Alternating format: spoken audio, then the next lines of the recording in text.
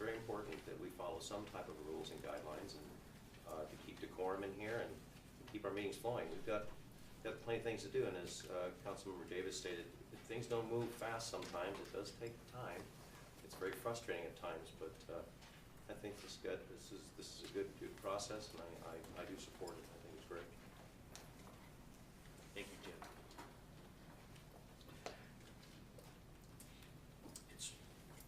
Maybe it's not obvious, but I was the one that asked for this item to be discussed with everybody that wanted to come to the study session, because I think it's important that we are in a way respectful with civility, and I know that we have not always, and me included, not been as good as we can be. We need to be.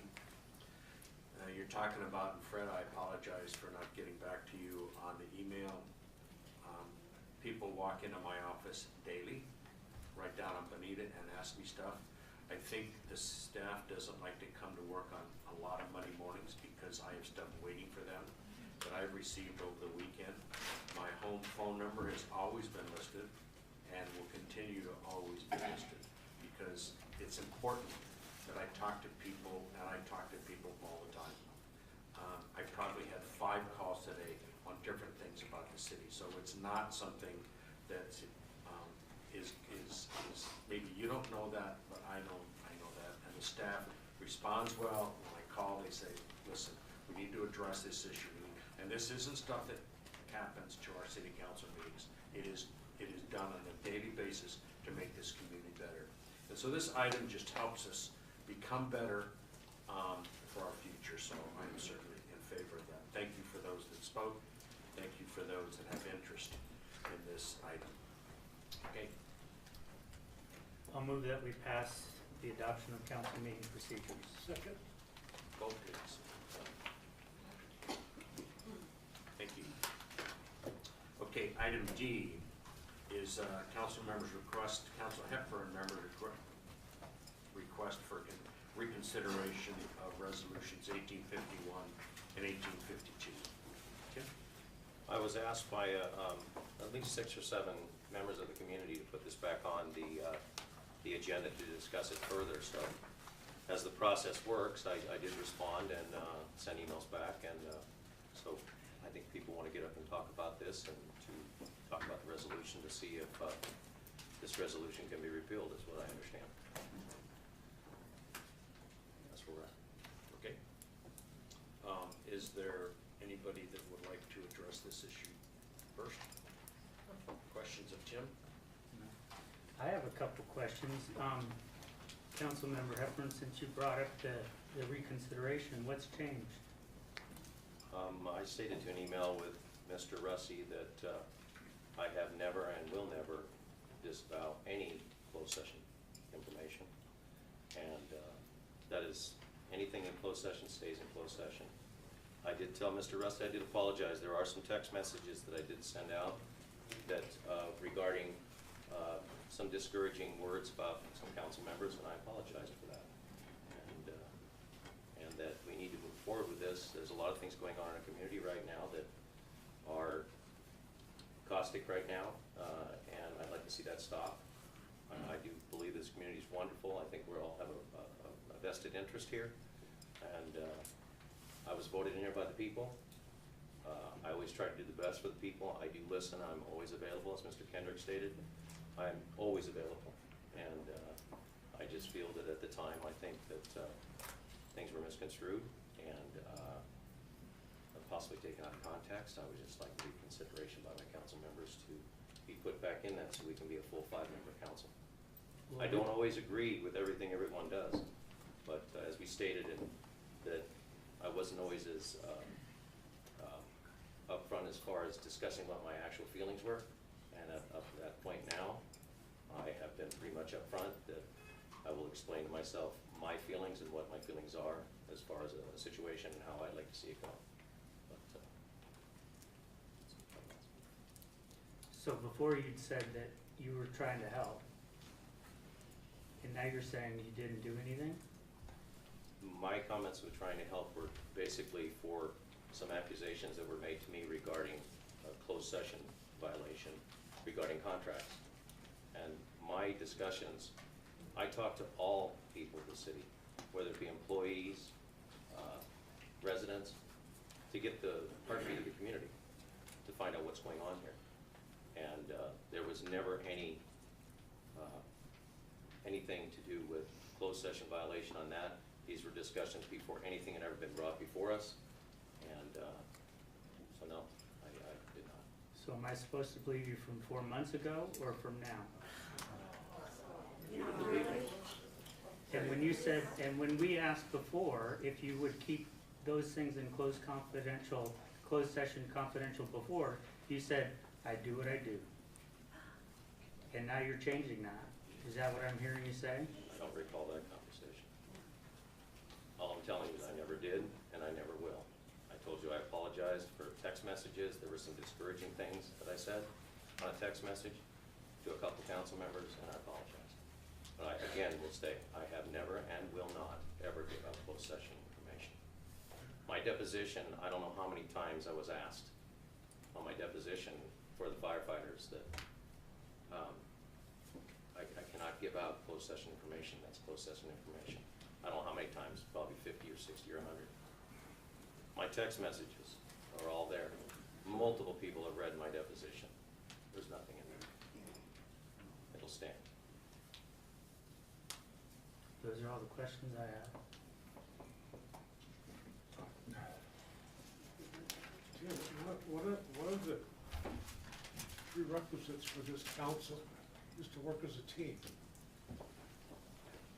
I was in the meeting where you apologized to us for not following those rules for closed session information. When you pick up the phone 3 minutes after a closed session and contact the fire department, police, or fire department association president to tell them we need to talk, I'm sorry, but that does not build confidence in me that you're not divulging the information that we're getting in our closed sessions. One of the aspects to this that I hope everyone understands, and I hope you understand this, nobody ever wanted to take the actions that we had to take. But we took those actions because we had to have a way to be effective as a group. Now, I'm not privy to the information that goes on with labor negotiations. Mira and I are in litigation committee, but Don's not in the litigation committee, and Levin's not in the litigation committee, and you're not in the litigation committee. But when it comes to making a decision, we all get together and make that decision. It's not made by any one of the committees.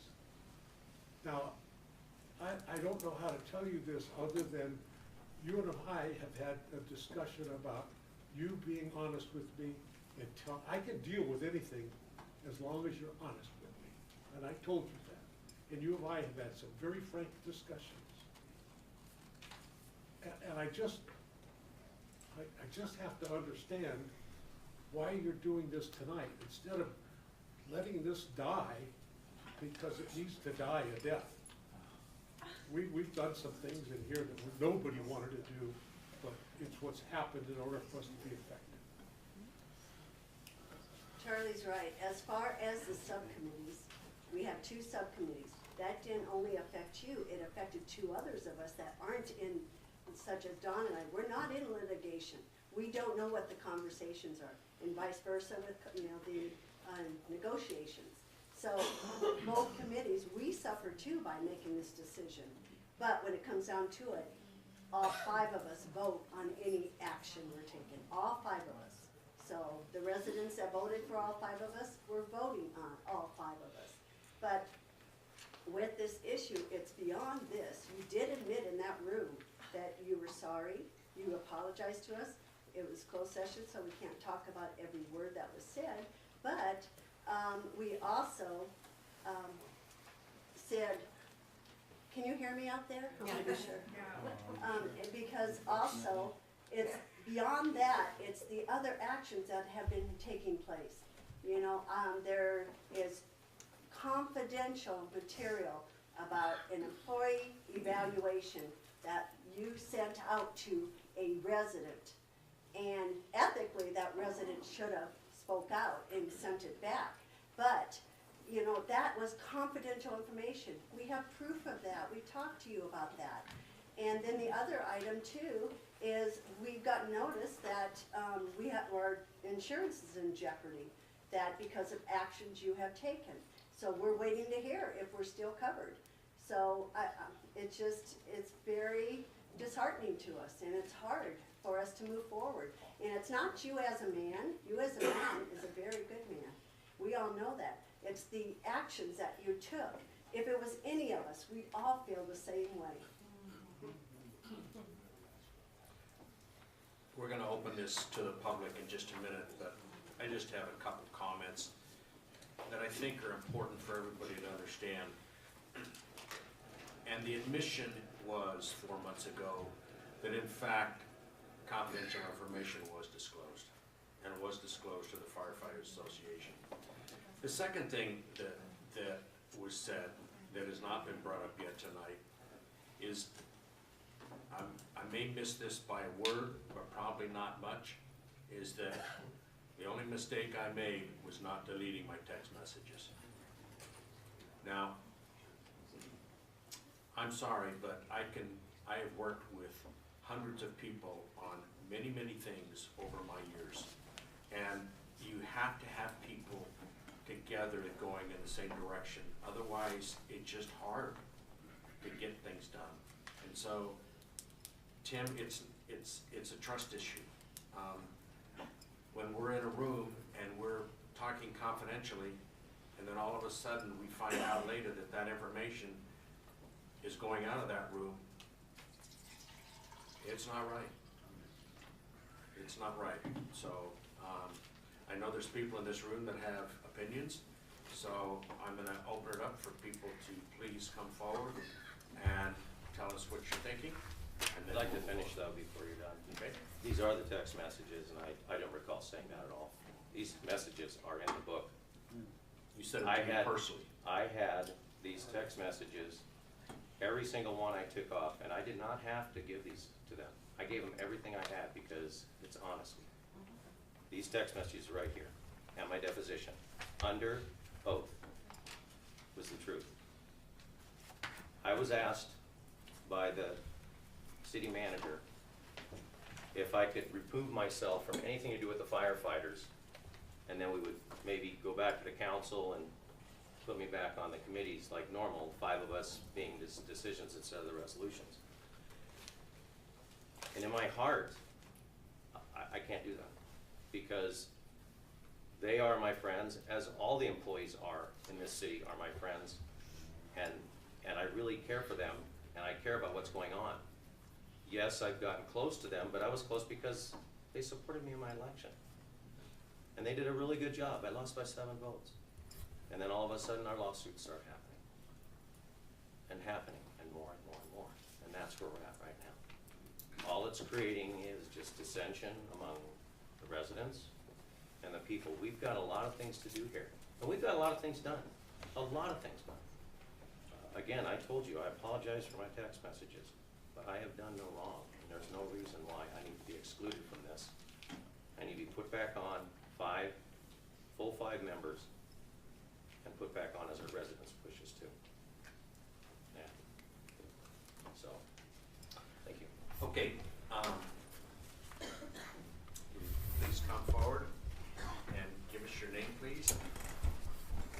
Joyce Kelly, Monterey Street.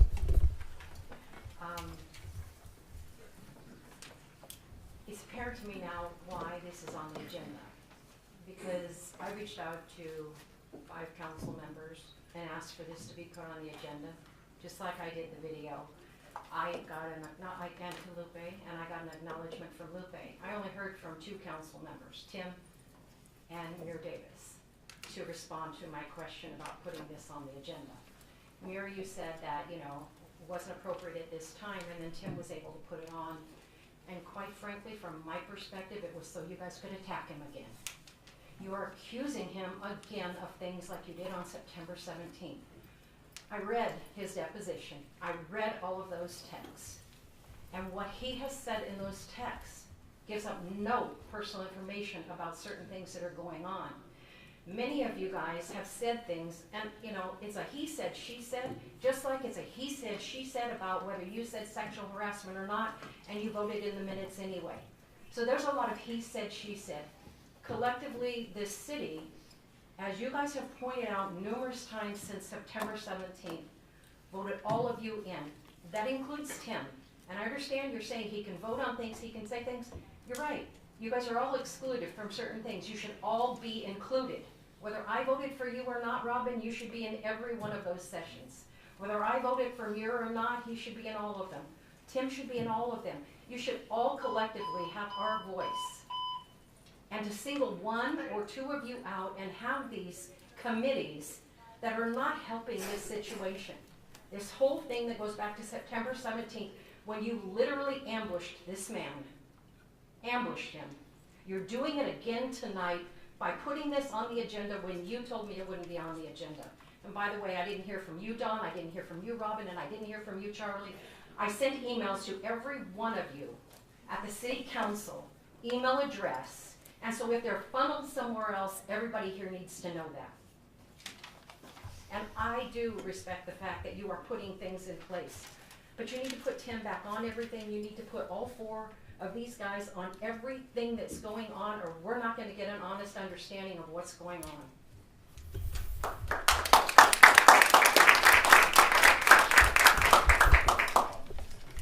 Mike Riggs, 3rd Street.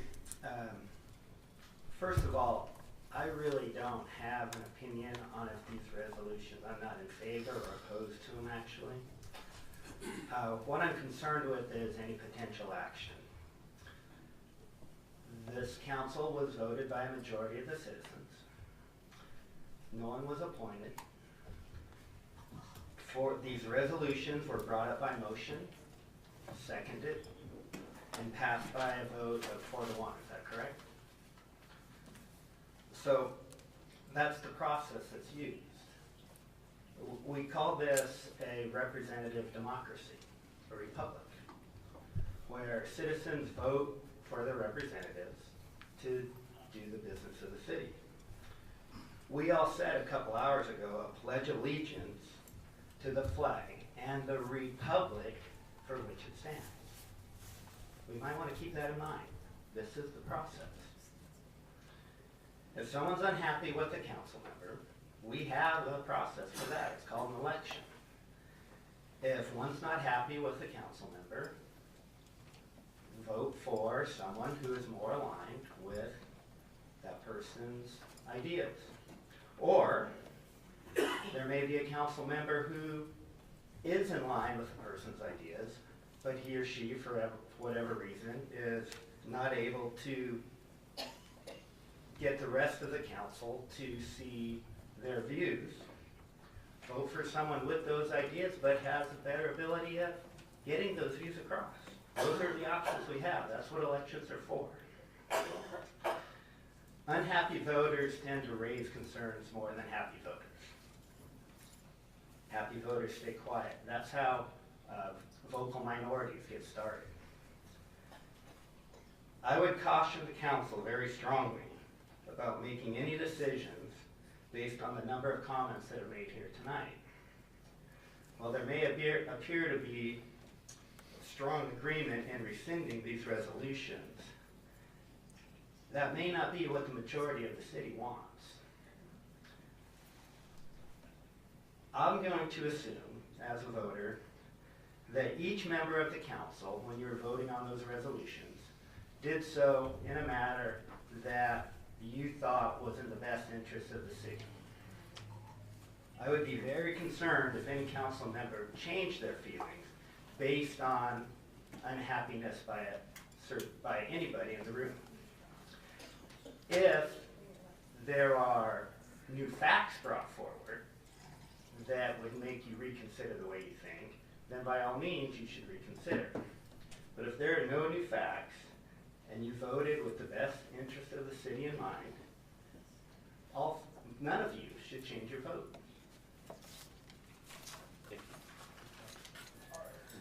Anybody else would like to address this issue?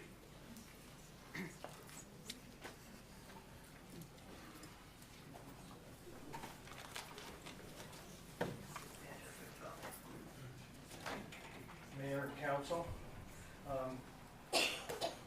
On the December minutes, the gentleman that just spoke stated the community needs to hear the facts. I absolutely 100% agree with him. On September 17th, this council, in my opinion, hit a new low. You voted in 1851. I'll wait this thing out.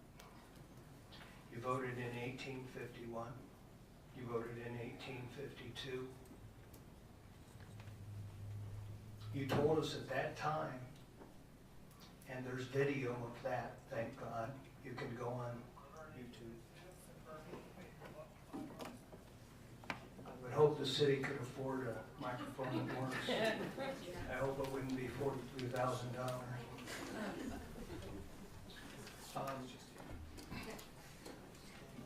Based on that evening, and I'll have to review the tape, but it was said that in text, Mr. Hepburn had disclosed confidential closed-door sessions, meetings, information. Mr. Hepburn has those texts, I believe. I was one of the people that read them. In none of those texts did it ever say anything confidential about closed-door meetings. There was some derogatory comments, but I've read many of the depositions, and that's just the start of them. There's a lot of derogatory comments made by a lot of city people towards that man and towards many others. So when we get to see the depositions, hopefully the facts will come out. But on that night, we were told that the text identifying various firefighters, lawsuits, depositions, city manager, city attorney, seems to me they directed the city council to recommend the formation of these two ill-conceived resolutions that effectively sidelined one of our duly elected council people, Mr. Hepburn. The clear intention appears to be to eliminate the council person from two of the most important activities the city council, as a unit of 5, should direct, not participate, but should direct in.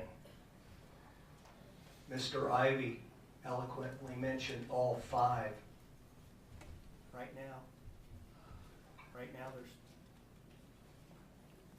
I'm looking at the sign hoping he intervenes.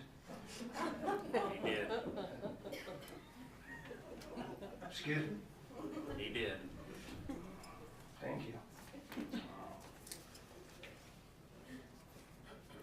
When these messages were made public and showed no violation of Brown Act regarding closed session information, the reason became that Mr. Hepburn's answers to questions from fellow council members and Mr. Hepburn's answers to fellow council members were unsatisfactory. That's a long way from a violation of closed session information. You talk about all. I'm standing back. Stand back. Let's cancel the mic. Not that far. Your mouth is too close. Thank you. The answer seemed to be that questions from the other city council people were unsatisfactory. How do you remove somebody from something for unsatisfactory answers? The city attorney stated publicly that there was no investigation of Mr. Hepburn's actions. Why not? If he violated the Brown Act, why not? Appears to be another case of retaliation against another member of our city, be it the firefighters, the police officers, or even other city council members. All this, in my opinion, because one council member had the audacity to run for mayor against the city mayor. It's petty and unbecoming of any government. Actions like these do have consequences. Ask Upland. They did the same thing to one of their people. 3 people got voted out. So there are consequences. Should you not rescind these petty resolutions, Laverne will have the same reaction, at least if I can help. Elections are a year away. Lots of residents are very good, have very good and very long memories. Please stop the petty retaliations. Get all 5 of the council people that have been duly elected back to work, facing the critical issues, facing this great, great city. Thank you.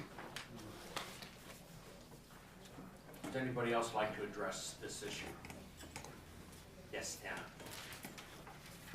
You'll be next, Fred. Anna Anderson. I have a few questions that I didn't understand at that September meeting. Mr. Davis mentioned that you all agreed and then kind of insinuated that then Tim turned around and didn't agree and broke the conference. So I'm not going to ask what happened in the meeting and what was talked about, but I just want to know the procedures.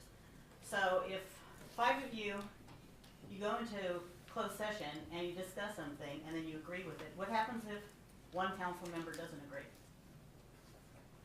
Can we answer that? Do you still do what you're going to do? Closed session is a discussion. Yeah, It's direction. right? It's we don't necessarily vote on anything. It's Right. just direction and discussion, information, questions, answers. That's what closed session is. Right, so if he mentioned it, that's why I'm asking. So if everybody doesn't agree, say there's 2 and 3 agree, what happens then? Do you still go on with what you want to do? The general consensus. Generally, the majority rules, yeah. So if there's a 3-2 idea, then the 3 would prevail over the 2. Okay, so we can mix up words, but that's a vote. No, it's direction to move it to the council. Okay, but The you're council still- will make the decision out here together. Right, but you're still voting. Out here, no, we're just No, giving no, direction it's in closed it's- session. What it sounds like, it's an informal vote, because 3-2 is a vote. It's a free exchange of information that, I'll give you an example. If I have on occasion been the lone voice saying, I don't think that's something we should do, Okay, but after discussion with all the council members, realize that you have to pick your battles. yeah. And that's what happens. But what if you said, I don't want to do this, and that was it? So the other, 1, 2, 3, 4 would prevail. That's still a vote. Well, I mean, it's not an official vote, but you're really voting as members. It's not a matter of voting, we don't vote. Well, no, it's an unofficial 3 against 1, okay? But that's kind of like voting, right? Okay, well, it's not like a vote like you have here, and everybody pushes a button, okay? But it is a vote. We can mix the words up, but that's what it is. That's what a vote is. So, I don't know, can I ask another question? I don't know if anybody will answer this. Who told you that he broke confidentiality? He did. How did you know he did? He told me. So no one told you that? What do you mean? How did you, so he walked in and said, I broke confidentiality. He was asked because of the text messages. How did you get the text messages? Deposition. The depositions were out. Yeah, but what led to this? What made you think that he confidentiality. When Let's go back up. How did it start? just a minute.